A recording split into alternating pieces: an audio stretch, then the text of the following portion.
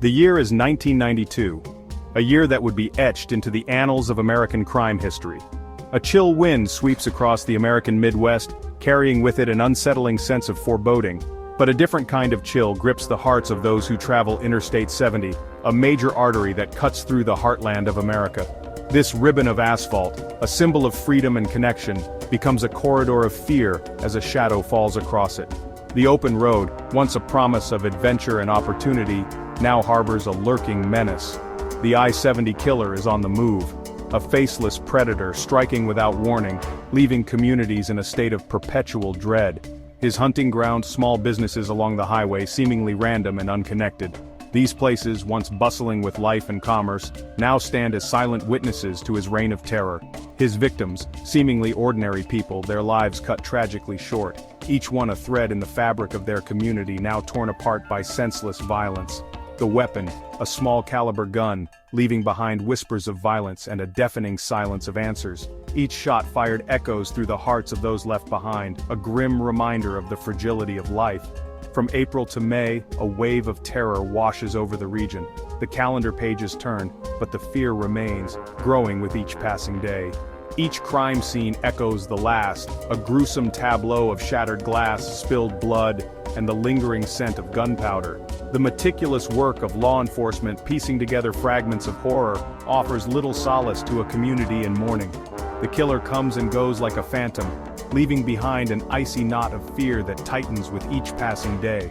The open road, once a symbol of freedom, now a path of dread, as the shadow of the I-70 killer looms large over the Midwest.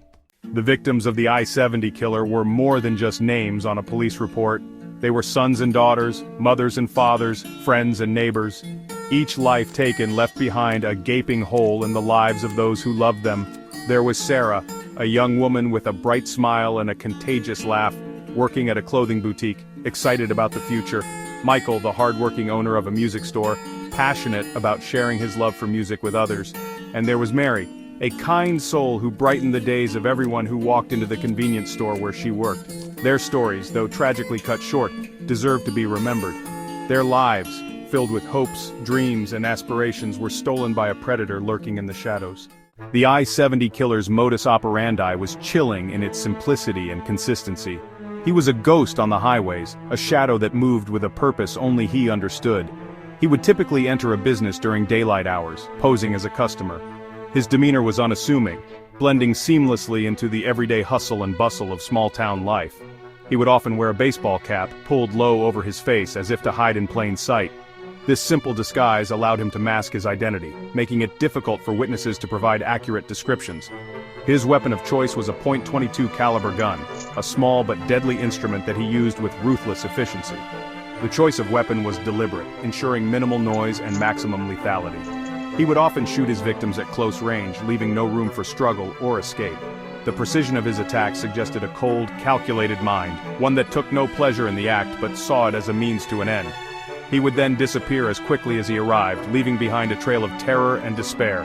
His exits were as unremarkable as his entrances, slipping away into the fabric of everyday life.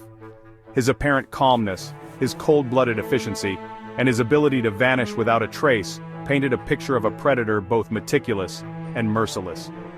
The authorities were baffled. Despite their best efforts, they could find no pattern, no clue that would lead them to this elusive killer. Who was this phantom, and what drove his murderous rampage?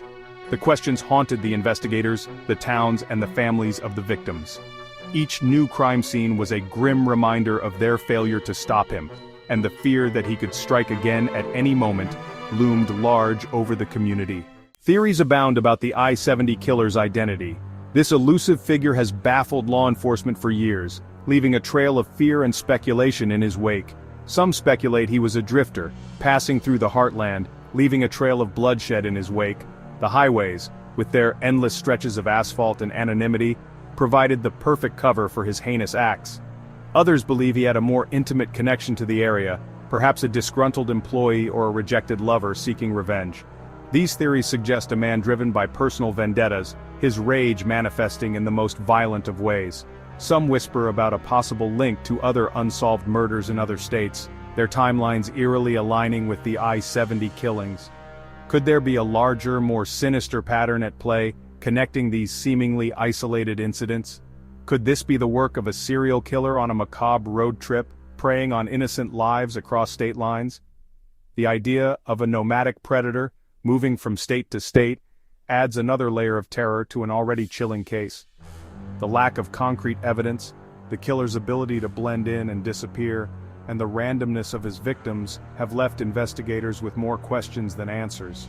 Each clue seems to lead to a dead end, each suspect a shadow that fades away. The mystery of the I-70 killer continues to haunt the Midwest, a chilling reminder that some monsters walk among us, their true faces hidden in plain sight.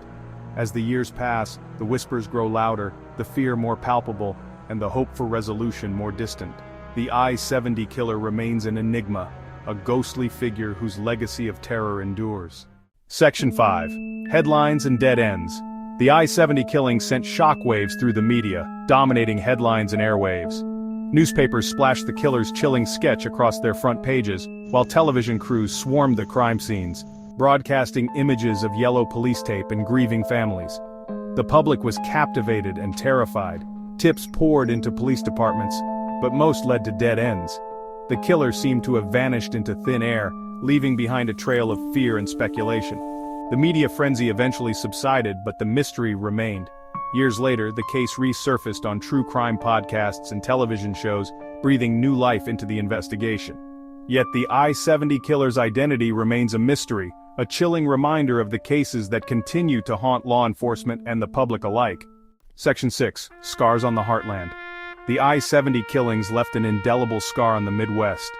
The fear that once gripped the region has subsided, but the memory of the crimes and the pain of the victims' families linger.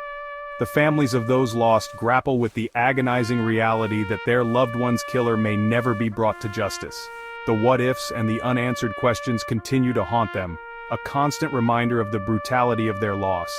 The I-70 killer's reign of terror may have ended, but the impact of his crimes continues to resonate, a chilling reminder of the darkness that can lurk in the shadows of even the most seemingly peaceful communities. Section 7. The Phantom's Appearance.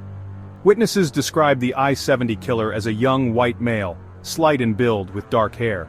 His most distinguishing feature was a piercing gaze, cold and calculating, that sent chills down the spines of those who met his eyes. A police sketch based on witness descriptions circulated widely, becoming a haunting symbol of the elusive killer. The sketch depicted a face both ordinary and unsettling, one that could easily blend into a crowd.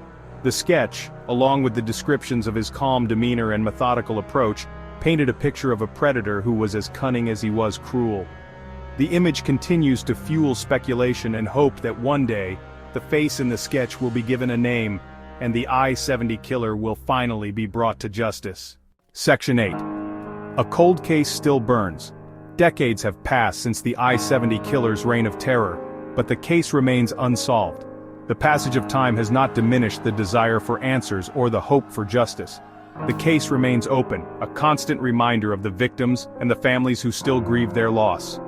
Law enforcement hasn't given up. Advances in DNA technology and investigative techniques offer a glimmer of hope that one day, the I-70 killer will be identified and held accountable for his crimes. The I-70 killer case serves as a chilling reminder that even the most baffling mysteries can be solved with persistence, determination, and the public's help. Section 9. Break the silence. The passage of time can be an enemy in the pursuit of justice, but it can also be an ally. Memories may fade, but someone, somewhere, may hold the missing piece of the puzzle that could crack the I-70 killer case wide open.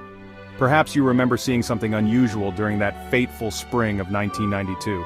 Maybe you overheard a conversation, or someone confided in you, sharing details they thought were insignificant at the time. No detail is too small, no memory too insignificant. If you have any information, no matter how small or seemingly inconsequential, please come forward. Your tip could be the key to bringing closure to the families of the victims and finally bringing the I-70 killer to justice. Break the silence. Help us solve this case.